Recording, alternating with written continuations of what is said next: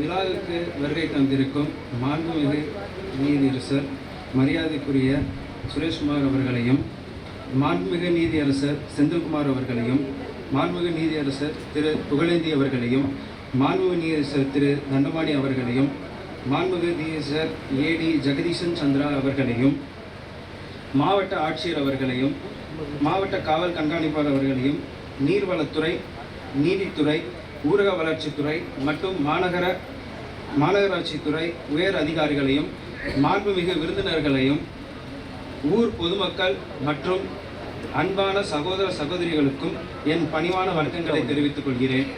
இன்று தமிழ்நாடு மாநில சட்டப்பணிகள் ஆணைக்குழு, கடமடை பகுதி ஒருங்கிணைந்த விவசாயிகள் சங்கம், வல்லநாட்டு கம்மாய் ஆயக்கட்டுதாரர் சங்கம் மற்றும் எஸ்ஆர் பொதுநல அறக்கட்டளை இணைந்து நடத்தும் இன்றைய மாபெரும் மரநடு விழாவில் கலந்து கொள்வதில் என் மிக மகிழ்ச்சி அடைகிறேன், மிக பெருமை அடைகிறேன்.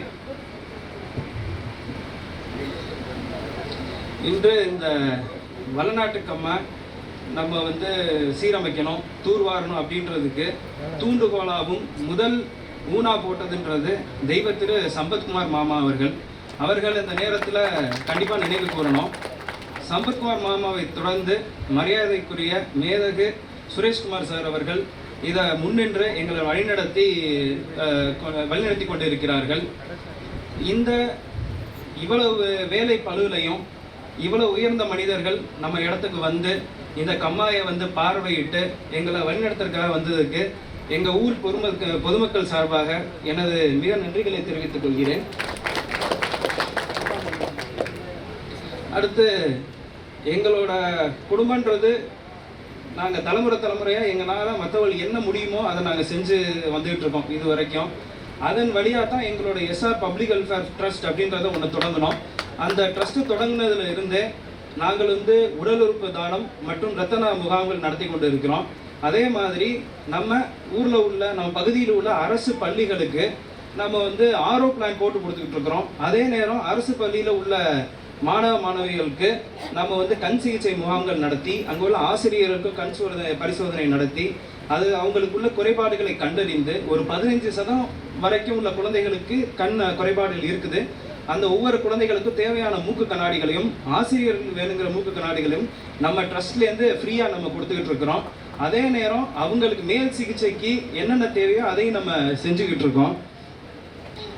அடுத்து இப்போ நாங்கள் ஒரு உறுதிமொழி என்ன எடுத்திருக்கோம்னா, ஒரு மாதத்துக்கு ஒரு பள்ளிக்கு நம்ம ஆரோ பிளான் போட்டு கொடுப்போம் அப்படின்ற ஒரு உறுதி எடுத்து அதை நாங்கள் தொடர்ந்து இப்போ செயல்படுத்தி கொண்டிருக்கிறோம். அடுத்து இப்போ நம்ம இங்கே ராணியார் மருத்துவமனை இருக்குது. ராணியார் மருத்துவமனையிலேருந்து கவர்மெண்ட் ஹாஸ்பிட்டலுக்கு கர்ப்பிணி பெண்களை எமர்ஜென்சி டயத்தில் கூட்டு போகிறதுக்கு இங்கே டெடிக்கேட்டான ஆம்புலன்ஸ் இல்லைன்னு சொன்னாங்க. அந்த கோரிக்கையை ஏற்று மதிப்புக்குரிய மரியாதைக்குரிய சுரேஷ்குமார் சார் அவர்களோட தலைமையில் ஒரு ஆம்புலன்ஸ் ஒன்று கொடுக்கணும்னு நினச்சோம். அந்த நிகழ்ச்சியில் சார்னால் கலந்துக்க முடியல. அதனால் என் தந்தையின் பிறந்தநாள் அன்று நாங்கள் ஒரு அட்வான்ஸ் லைஃப் சப்போர்ட் ஆம்புலன்ஸ் நாங்கள் மாவட்ட நிர்வாகத்துக்கு எடுத்து கொடுத்துருக்கோம். அடுத்து அதனை தொடர்ந்து இன்னைக்கு ஒரு ஆம்புலன்ஸ் ஒன்று அது இந்த ஏரியா மக்கள் பயனடையணும் அப்படின்றதுக்காண்டி ஃப்ரீயாக அந்த ஆம்புலன்ஸ் சேவை இன்னையிலேருந்து தொடங்கும். அந்த ஆம்புலன்ஸ் தான் இங்கே நிற்கிறது. அடுத்து இது இல்லாமல் எங்களோட ட்ரஸ்ட்டில் நாங்கள் செய்கிற பணின்றது தூர்வாறுதல் பணி, அப்புறம் ஆதரவற்ற குழந்தைகளுக்கு கல்வி உதவி பண்ணுறது. அடுத்து எங்களோட ட்ரஸ்ட்டில் மொத்தம் 10 பிற ட்ரஸ்ட்டுகளை நாங்கள் தேர்ந்தெடுத்திருக்கோம். அந்த ட்ரஸ்ட்டுகளுக்கு மாதம் 25,000 வீதம் நாங்கள் ஒரு தொகையை நிர்ணயித்து அந்த தொகைக்கு உரிய என்னென்னலாம் உங்களுக்கு பேசிக் நெசசிட்டிஸ் அன்றாட மருத்துவம், அதுக்கு அடுத்து அந்த குழந்தைகள் பச்சின குழந்தைகளுக்கு தேவையான அம்மா அப்பா இல்லாத குழந்தைகளுக்கு தேவையான அந்த பால் பவுடர், இந்த மாதிரி விஷயங்கள் மாதம் 25,000க்கு 10 ட்ரஸ்ட்டுக்கு நாங்கள் ரெகுலராக பண்ணிக்கிட்டு இருக்கோம். இந்த மாதிரி நிறைய சேவைகளை பொதுமக்களோட ஆதரவோடு நாங்கள் தொடர்ந்து செஞ்சுக்கிட்டு இருக்கோம். இந்த இவ்வளோ பெரிய மேடையை இங்கே இருக்கிறதுனால இந்த மேடையில் 2 விஷயத்தை மட்டும் வலியுறுத்தி சொல்லணும்னு நினைக்கிறேன்.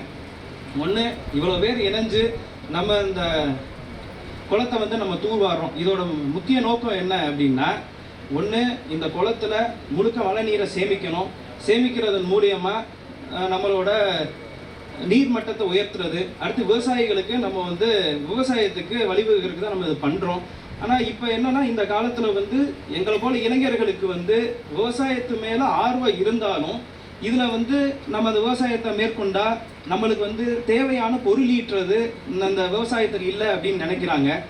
இளைஞர்கள் நேரடி விவசாயம் இல்லாட்டியும் விவசாயம் சார்ந்த, அதாவது நம்ம பயிர் நடுறதுலேருந்து களை எடுக்கிறதுலேருந்து வரப்பு சரி பண்ணுறது எல்லாத்துக்கும் மிஷின்ஸ் வந்துடுச்சு. அடுத்து இன்னைக்கு ட்ரோன் கலாச்சாரன்றது நிறைய இடத்துல இருக்குது. இப்போ தென் மாவட்டங்கள் இப்போ நாங்கள் ஒரு விசிட் அடித்தோம். அந்த ஏரியா ஃபுல்லாக என்ன பண்ணுறாங்கன்னா சோளத்துக்கு முழுக்க ட்ரோன்ஸை வச்சு தான் பூச்சி மருந்து அடிக்கிறாங்க. அது ஒரு குரூப்பாக மாணவர்கள் வாங்கி அதை ரெண்டல் கொடுக்குறாங்க. இந்த மாதிரி பல விஷயம் இருக்குது. இதில் இப்போ நாங்கள் என்ன பண்ணுறோம் விவசாயத்துக்கு அப்படின்னா, எங்களோட ஈகோபக்ஸ் இந்தியா பிரைவேட் லிமிடெட்னு ஒரு கம்பெனி நாங்கள் வச்சுருக்கோம். அந்த கம்பெனி மூலியமாக நாங்கள் ஒரு 3 சயின்டிஸ்ட்டு 3 இயர்ஸாக ஒர்க் பண்ணிகிட்டு இருக்கிறாங்க. அதன் மூலியமாக இப்போ நம்ம வந்து இயற்கை உரங்கள், இயற்கை பூச்சிக்கொல்லிகள், அது மட்டும் இல்லாமல் பெனிஃபிஷியல் இன்செக்ட்ஸ்னு சொல்லுவோம், நன்மை செய்யக்கூடிய பூச்சிகள், புழுக்கள், இந்த மாதிரி வந்து கண்டினியூஸ் ரிசர்ச் பண்ணி ட்ரையல் முடிஞ்சிருச்சு. அது எல்லாமே ஃப்யூச்சரில் இன்னும் ஒரு சில நாட்களில் விவசாயிகளுக்கு குறைந்த செலவில் கொடுப்போம் அப்படின்றத இந்த மேடையில் நான் தெரிவிச்சுக்கிறேன்.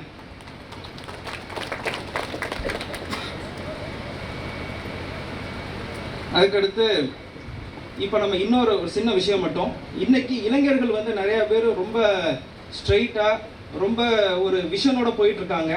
ஒரு சில பேர் மட்டும் போதைப் பொருள்னால இப்போ பாதிக்கப்படுறாங்க. இப்போ மாவட்ட நிர்வாகமோ அடுத்து இந்த சமூகத்தின் மேல் அக்கறை கொண்ட எவரும் எடுக்கும் எந்த ஒரு இனிஷியேட்டிவ்னாலும் எங்களோட, அதாவது மாணவர்களை, இளைஞர்களை போதைப் பொருள்லேருந்து மீட்டெடுக்கிறது, போதைப் பொருட்களை போகாமல் தடுக்கிறது, இந்த மாதிரி இனிஷியேட்டிவ்ஸ்க்கு எங்களால் என்னென்ன உதவிகள் செய்ய முடியுமோ எங்கள் அறக்கட்டளையிலேருந்து செய்வோம் என்று கூறி இந்த வாய்ப்புக்கு நன்றி கூறி விடைபெறுகிறேன்.